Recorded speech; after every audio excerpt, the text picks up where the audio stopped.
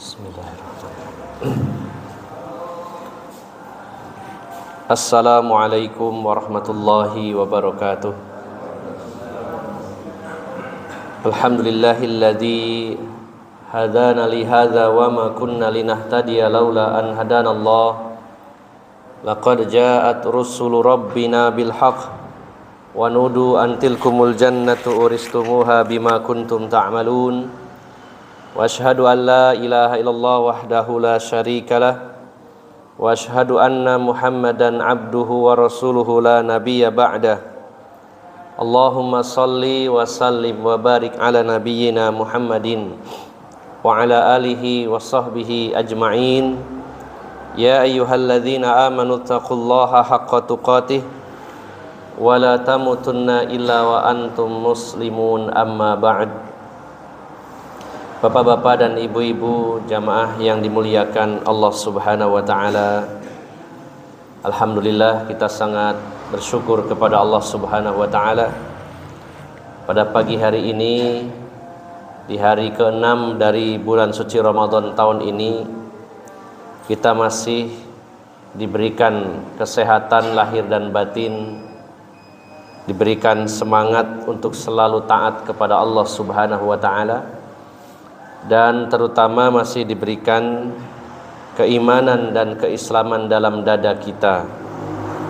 Semoga Allah Subhanahu wa taala senantiasa membimbing kita ke jalannya yang benar, senantiasa memberikan hidayah menuju surganya, dan semoga Allah memberikan pertolongan kepada kita agar senantiasa taat kepada Allah Subhanahu wa taala. Bapak Ibu jamaah sekalian yang dimuliakan Allah Subhanahu wa taala, di pagi hari ini kita sejenak memanfaatkan waktu, mungkin tidak sepanjang waktu yang biasa kita gunakan di luar Ramadan. Barangkali ada di antara Bapak Ibu jamaah sekalian yang semalam kurang tidur, ya, terutama ibu-ibu mungkin, ya, karena sudah baca Quran kemudian tidurnya malam dan bangunnya lebih pagi, harus masak, menyediakan makanan buat suami dan anak-anaknya, sehingga istirahatnya sedikit, ya. Maka pada pagi hari ini tidak terlalu panjang lebar, kita akan melanjutkan kajian kitab Asyratus Sa'ah, yaitu tentang tanda-tanda kiamat. Dan tentunya kita masih membahas tentang tanda kecil dari kiamat, yang mana pada pertemuan sebelumnya, setelah kita bahas tentang melimpah ruahnya harta kaum muslimin, maka yang saya katakan kemarin terlewat, ya, karena sebelumnya kita sudah membahas tentang zuhurul fitan, yaitu munculnya fitnah-fitnah. Dan ini ada beberapa pembahasan yang merupakan rincian dari munculnya fitnah-fitnah tersebut. Di mana Bapak Ibu jamaah sekalian, fitnah ini sudah muncul di zaman para sahabat Nabi sallallahu alaihi wasallam. Fitnah ini muncul di masa Khulafaur Rasyidin, terutama setelah wafatnya Khalifah Umar bin Khattab radhiyallahu anhu.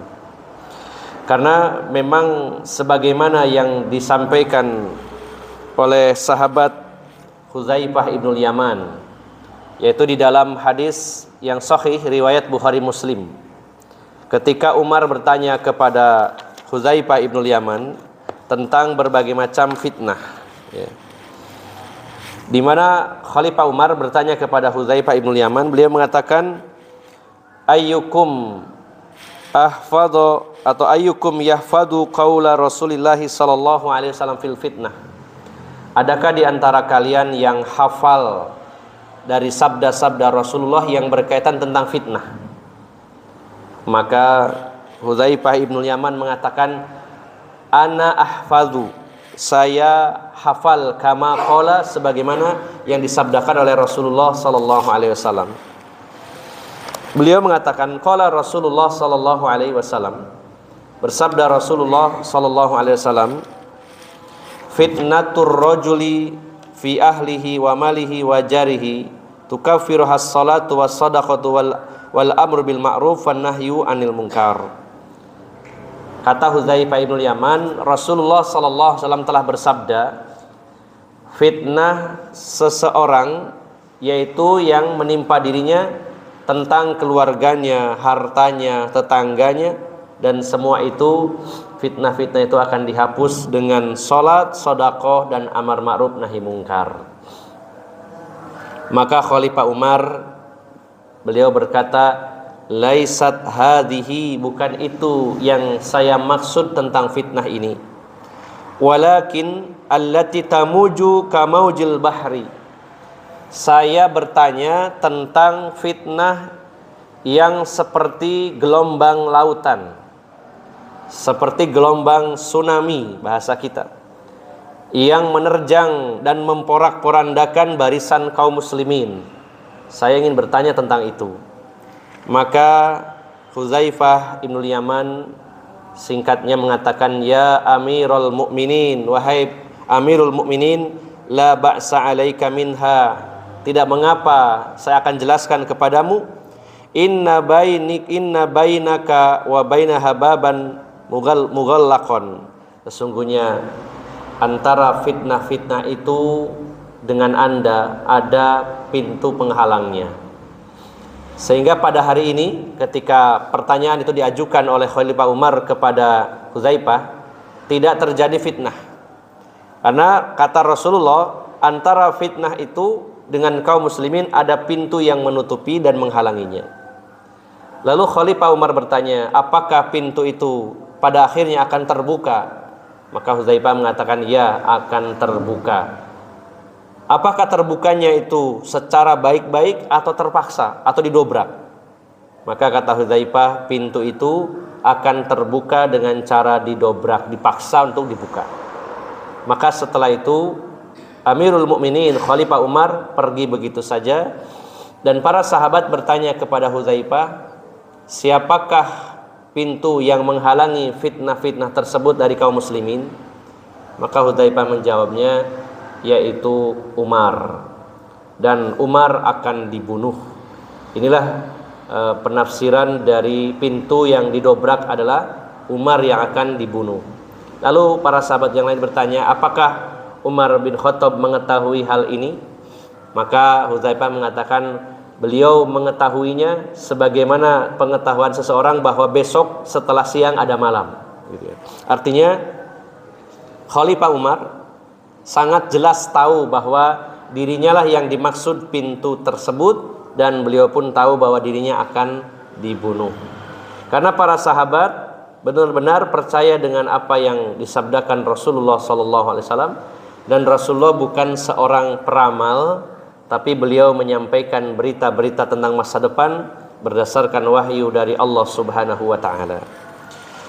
Maka Bapak Ibu jamaah sekalian, setelah wafatnya Khalifah Umar dan diangkatlah Khalifah Utsman bin Affan radhiyallahu anhu, maka dari situlah awalnya muncul fitnah-fitnah yang memporak-porandakan barisan kaum muslimin. Dan fitnah itu berawal yaitu dengan terbunuhnya Khalifah Utsman bin Affan radhiyallahu anhu. Jadi Bapak Ibu jamaah sekalian, Khalifah Umar adalah khalifah yang sangat tegas, sehingga orang-orang yang memiliki hasad terhadap kaum muslimin atau orang-orang munafik yang pura-pura menampakkan keislaman, sebenarnya mereka memiliki makar untuk kaum muslimin. Mereka di saat Khalifah Umar menjabat tidak berani. Beliau sangat tegas, sangat keras terhadap para pembangkang, sehingga tidak ada yang berani. Nah, disinilah pentingnya ketegasan seorang pemimpin untuk melindungi rakyatnya. Maka ketika Khalifah Umar meninggal, diangkatlah Khalifah Utsman bin Affan radhiyallahu anhu, mulailah muncul gejolak. Dan ini Bapak Ibu jamaah sekalian, perlu saya tegaskan bahwa pengetahuan kita tentang kebenaran sejarah ini sangat penting. Karena tidak jarang ada oknum-oknum orang yang memutarbalikan fakta-fakta sejarah. Jadi sejarah diputarbalikan, menggiring opini masyarakat agar sesuai dengan apa yang dia inginkan, agar opini masyarakat bisa mengikuti pemahaman yang dia pegang. Jadi perkara mengetahui masalah sejarah ini sangat penting, Bapak Ibu jamaah sekalian. Kita tidak cukup hanya belajar masalah akidah, masalah tauhid, masalah tentang cara ibadah, tentang fikih, tentang muamalah, tentang akhlak, tapi juga tentang sirah, tentang sejarah. Baik itu sejarah Rasulullah SAW, sejarah para sahabat, para tabi'in, para tabi'ut tabi'in, dan juga manusia-manusia soleh di muka bumi ini. Ada sebuah kitab yang sangat bagus, namun memang sangat terbatas karena begitu banyaknya tokoh yang dimuat dalam kitab tersebut yang berkaitan dengan masalah sirah, yaitu kitab yang berjudul Siyar A'lamin Nubala. Siyar adalah jamak dari sirah.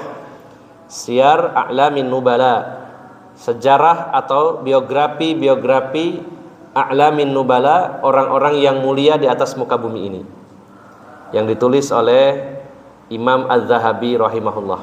Ya. Di rumah saya ada 15 jilid, ya, 15 jilid berbahasa Arab.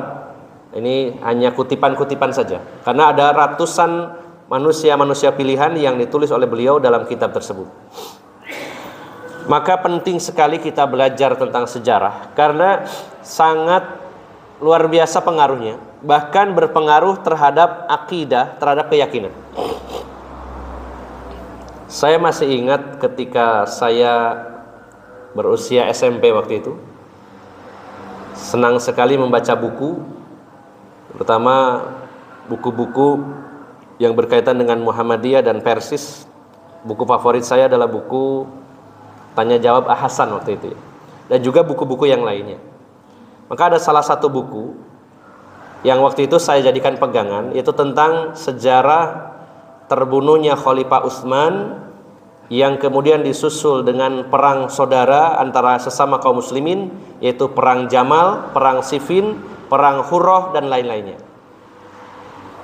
Ini menunjukkan pentingnya bahwa di situ dalam buku itu, waktu itu saya membaca, dan opini pembaca digiring agar membenci para sahabat Nabi, termasuk saya.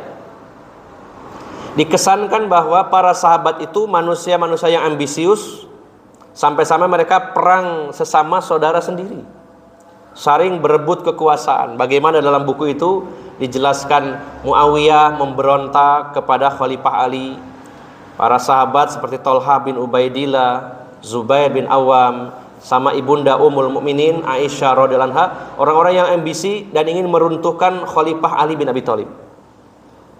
Dan seolah-olah para sahabat adalah manusia-manusia yang haus darah sesama kaum muslimin. Karena memang pada perang Siffin sampai terbunuh kurang lebih 70.000 sahabat Nabi SAW. Digiring opini pembaca agar membenci para sahabat Nabi SAW. Seolah-olah memang fakta sejarahnya seperti itu. Maka baru setelah mungkin 10-20 tahun kemudian, saya membuka lagi kitab-kitab yang lain yang bisa dipertanggungjawabkan kevalidannya dan bisa dipertanggungjawabkan kesohihannya. Karena buku sejarah juga sebagaimana kita membaca hadis Nabi, harus jelas sanadnya, harus jelas referensinya, dan harus ada perbandingan antara ahli-ahli sejarah yang satu dengan yang lainnya. Maka ternyata faktanya tidak seburuk yang kita bayangkan tentang para sahabat Nabi SAW. Dan ternyata memang ada usaha-usaha dari tokoh-tokoh sejarah orang-orang Syiah, bagaimana menggiring opini kaum muslimin agar membenci para sahabat Nabi. Dan itu merupakan akidah kaum Syiah yang mengkafirkan hampir semua para sahabat Nabi SAW. Hanya beberapa orang saja yang tidak dikafirkan.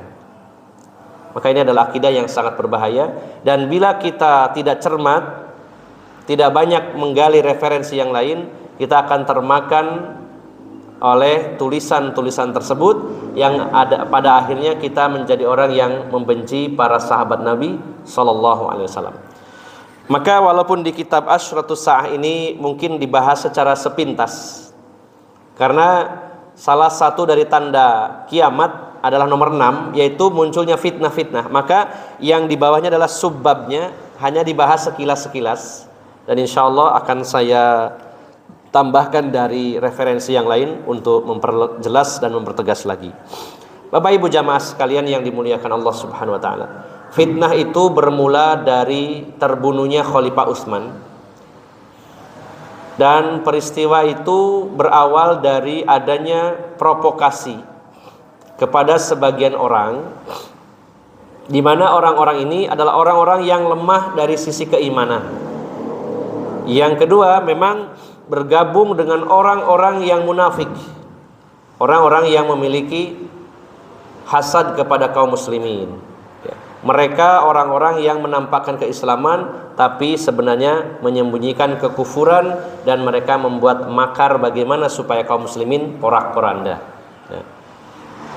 Peristiwa ini bermula dari adanya demo yang dilakukan oleh sekelompok orang. Ada yang mencatat dalam sejarah kurang lebih berjumlah 500 orang, dan ini berasal dari 3 wilayah. Yang pertama dari Mesir, yang kedua dari Basrah, yang ketiga dari Kufah. Jadi yang pertama Mesir, yang kedua dan ketiga dari Irak.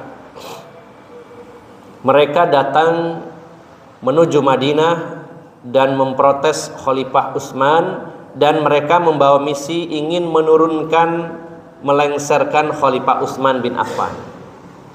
Ya, ada yang memprovokasi. Sebagian ahli sejarah mencatatnya bahwa provokasi ini bermula dari Abdullah bin Sabah, orang yang pura-pura masuk Islam dan dia adalah seorang Yahudi. Fitnah yang ditebarkan di tengah masyarakat adalah Khalifah Utsman ini adalah khalifah yang tidak adil, khalifah yang nepotisme diantaranya, mengangkat pejabat-pejabat dari kerabat beliau, yang semuanya itu tidak terbukti. Sebenarnya beliau mengangkat hanya sedikit dari kerabat beliau, itu pun karena dengan alasan agar mudah koordinasi. Tidak semuanya, hanya sedikit sekali. Namun fitnah disebarkan bahwa Khalifah Utsman itu tidak adil, Khalifah Utsman itu banyak mengangkat pejabat-pejabat yang tidak benar, termasuk juga nepotisme, mengangkat pejabat-pejabat dari kalangan keluarga sendiri. Lalu orang-orang dari Mesir, mereka sepakat ingin melengsarkan Khalifah Utsman dan menggantinya oleh Thalhah bin Ubaidillah, seorang sahabat mulia. Sehingga ketika mereka datang sampai ke Madinah, mereka menuju ke rumah Thalhah bin Ubaidillah. Sementara yang dari Basrah, mereka menginginkan yaitu Zubair yang jadi khalifah. Sementara yang dari Kufah menginginkan Ali bin Abi Thalib sebagai khalifah. Jadi ketiga kelompok ini datang ke Madinah. Yang pertama kali mereka menuju rumah Thalhah bin Ubaidillah dari Mesir, dari Basrah menuju rumah Zubair bin Awam, dan dari Kufah menuju rumah Ali bin Abi Thalib. Tiga kelompok ini meminta 3 sahabat ini untuk menjadi khalifah. Ya, masing-masing punya kepentingan. Yang Mesir inginnya Thalhah yang jadi khalifah, yang dari Basrah inginnya Zubair bin Awam jadi khalifah, dan yang dari Kufah menginginkan Ali bin Abi Thalib. Namun ketiga para sahabat ini menolak dengan cara yang sangat bijak permintaan mereka. Karena pada hakikatnya seorang khalifah, terutama Khulafaur Rasyidin, setelah mereka menjabat khalifah dibaiat oleh seluruh kaum muslimin. Jadi jabatan khalifah ini adalah sebuah amanat dari rakyat, amanat dari masyarakat muslim yang memilih pemimpinnya. Maka tidak gampang untuk menggantikan dan melengsarkan. Maka 3 kelompok ini akhirnya mengepung rumah Khalifah Utsman bin Affan. Lalu Khalifah Utsman sampai naik ke atas atap rumah beliau, dan beliau berpidato dengan penuh kebijakan, menenangkan dan mendinginkan suasana, sehingga akhirnya mereka awalnya pada pulang kampung, sudah pulang. Salah satu kelompok yang dari Mesir perjalanan pulang, di tengah jalan melihat ada seorang penunggang unta yang mencurigakan. Lalu ditangkaplah oleh kelompok tersebut. Di mana sebenarnya tuntutan dari Mesir ini setelah Tolhah menolak untuk jadi khalifah, maka tuntutan berikutnya adalah meminta Khalifah Utsman untuk mencopot gubernur Mesir dan digantikan oleh Muhammad bin Abu Bakar waktu itu. Meminta agar Utsman bin Affan menggantikan gubernur Mesir dengan orang lain, yaitu Muhammad bin Abu Bakar, dan itu disetujui. Namun di tengah perjalanan pulang, warga Mesir ini menangkap orang yang mencurigakan naik unta. Setelah ditangkap, diinterogasi, ternyata membawa sepucuk surat.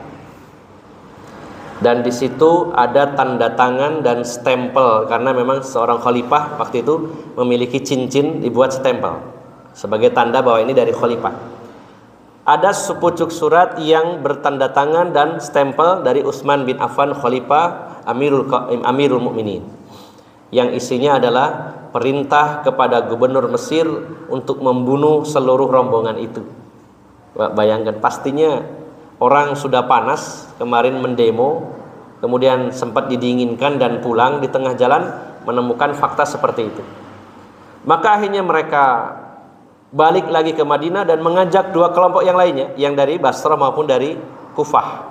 Hanya 3 kelompok itu datang kembali ke Madinah, dan yang pertama kali mereka lakukan adalah menemui sahabat Tolha, kemudian juga Zubair dan Ali, menunjukkan surat tersebut.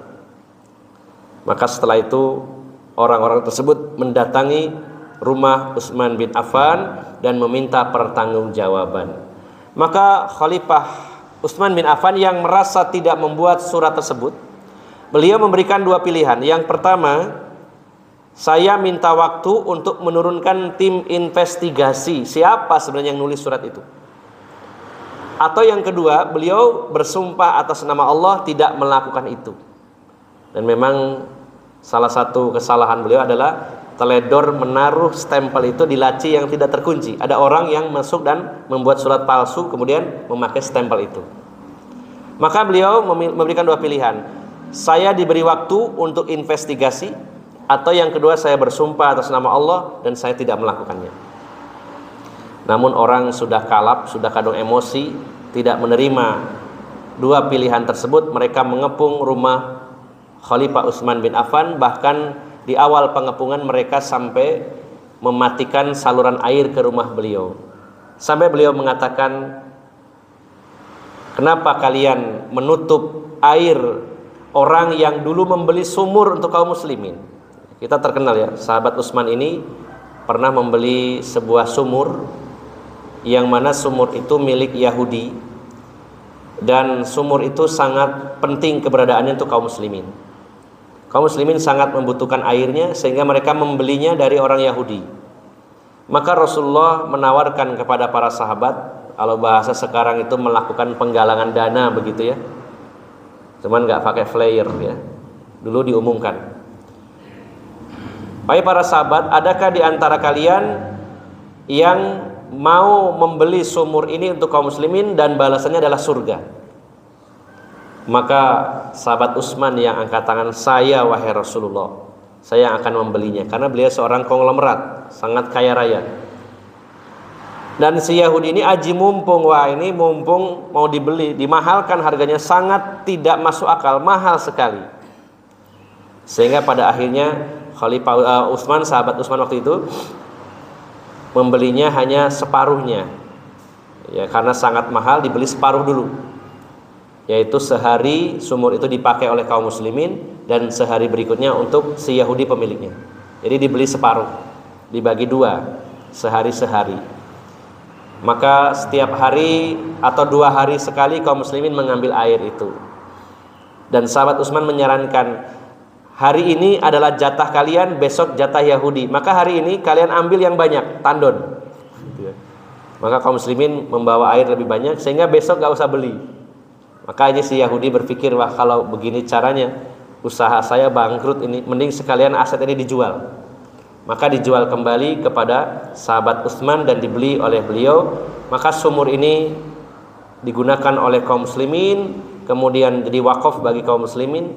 dan sebagian airnya untuk mengairi kebun-kebun kurma di sekitar sumur tersebut. Dan kebun-kebun kurma itu berkembang terus sampai detik ini. Bahkan hasil dari perkebunan kurma ini bisa membangun hotel-hotel yang mana hasil hotelnya sendiri untuk wakaf, untuk kepentingan kaum muslimin. Dan semua pemasukan dari kebun kurma maupun hotel-hotel ini dimasukkan ke rekening di Saudi Arabia atas nama sahabat Utsman bin Affan. Sudah berapa ratus tahun atau mungkin sudah 1500-an tahun. Investasi yang luar biasa, sedekah air yang juga bertambah menjadi kebun kurma dan juga hotel yang sampai hari ini seluruh hasilnya untuk kepentingan kaum muslimin. Maka ketika rumah beliau dikepung dan saluran air diputus, beliau mengatakan, apakah kalian memutus saluran air kepada orang yang pernah memberi air kepada kaum muslimin? Namun mereka tetap melakukannya, sehingga para sahabat akhirnya yang ada di Madinah, mereka bermusyawarah untuk melindungi khalifah. Sebenarnya kalau para sahabat mau bergerak, orang 500 itu bisa habis sebenarnya. Namun Utsman bin Affan menolak keinginan para sahabat untuk menjaga beliau, dan beliau mengatakan bahwa biarlah aku yang menanggungnya sendiri daripada terjadi pertumpahan darah. Dan apa yang beliau alami, beliau sangat ingat betul dengan sebuah hadis dari Nabi SAW, yaitu hadis dari Abu Musa al-Ash'ari. Dan hadis ini hadis sahih riwayat Bukhari dari sahabat Abu Musa al-Ash'ari. Abu Musa bercerita, kharajan Nabiyyu sallallahu alaihi wasallam ila haitin min hawaitil Madinah. Suatu hari Rasulullah berada di salah satu kebun di antara kebun-kebun di Madinah. Kemudian datanglah sahabat Utsman bin Affan masuk ke kebun tersebut. Yang jaga waktu itu adalah Abu Musa al-Ash'ari. Kata Abu Musa, sebentar wahai sahabat Utsman, saya minta izin dulu kepada Rasulullah, apakah anda boleh masuk ke kebun ini atau tidak. Maka sahabat Abu Musa al-Ash'ari menemui Rasulullah SAW dan meminta izin apakah sahabat Utsman diizinkan untuk masuk ke kebun ini. Maka Rasulullah SAW bersabda, I'dhin lahu, berikan izin kepadanya, wa basyirhu bil jannah ma'aha bala'un yusibuh. Izinkan sahabat Utsman untuk masuk dan berilah kabar gembira kepadanya tentang surga dan juga adanya bala musibah yang akan menimpanya. Jadi sudah jauh-jauh hari disampaikan oleh Rasulullah SAW, dan Rasulullah menyampaikan bahwa sahabat Utsman ini dijamin surga oleh Allah Subhanahu wa ta'ala. Maka ketika rumah beliau dikepung, sahabat Utsman menyadari bahwa inilah apa yang disabdakan Rasulullah akan menjadi kenyataan. Maka setelah mereka mengepung beberapa hari dan semakin hari semakin panas, semakin emosi, akhirnya mereka sampai membakar rumah yang ada di samping-samping rumahnya Khalifah Utsman bin Affan radhiyallahu anhu. Lalu mereka akhirnya naik ke atas atap dan mendobrak pintu, sehingga mereka secara bergelombang masuk ke dalam rumah Khalifah Utsman bin Affan radhiyallahu anhu.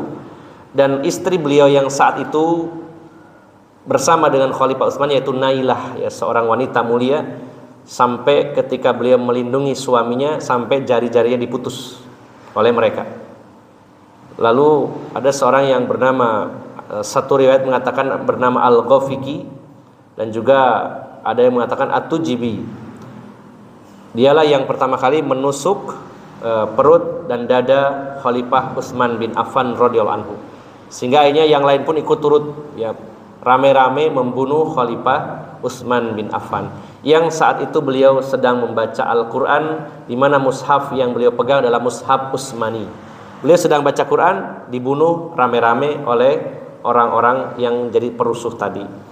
Maka wafatlah beliau dan hebohlah kaum muslimin, sehingga dalam waktu yang singkat akhirnya mereka tidak mau adanya kekosongan pemerintahan, maka mereka memilih Ali bin Abi Thalib sebagai khalifah pengganti dari sahabat Utsman bin Affan radhiyallahu anhu. Maka sejak saat itulah berbagai macam fitnah muncul, yaitu yang berikutnya adanya perang Jamal, kemudian perang Siffin, perang Khurrah, kemudian munculnya Khawarij, kemudian munculnya Syiah, dan terbunuhnya cucu Rasulullah sallallahu alaihi wasallam yaitu Husain bin Ali bin Abi Thalib. Maka Bapak Ibu jamaah sekalian, insyaallah pada kesempatan yang lain kita akan lanjutkan beberapa kejadian-kejadian yang termasuk fitnah yang mana sudah disampaikan oleh Rasulullah Muhammad sallallahu alaihi wasallam.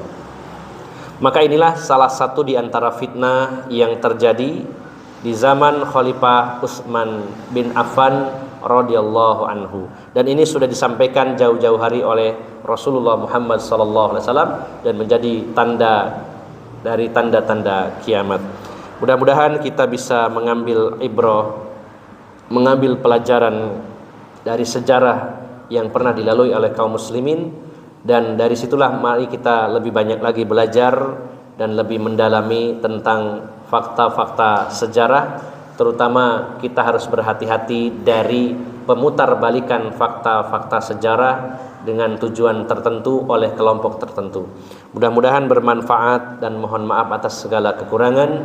Billahi taufiq wal hidayah. Wassalamualaikum warahmatullahi wabarakatuh.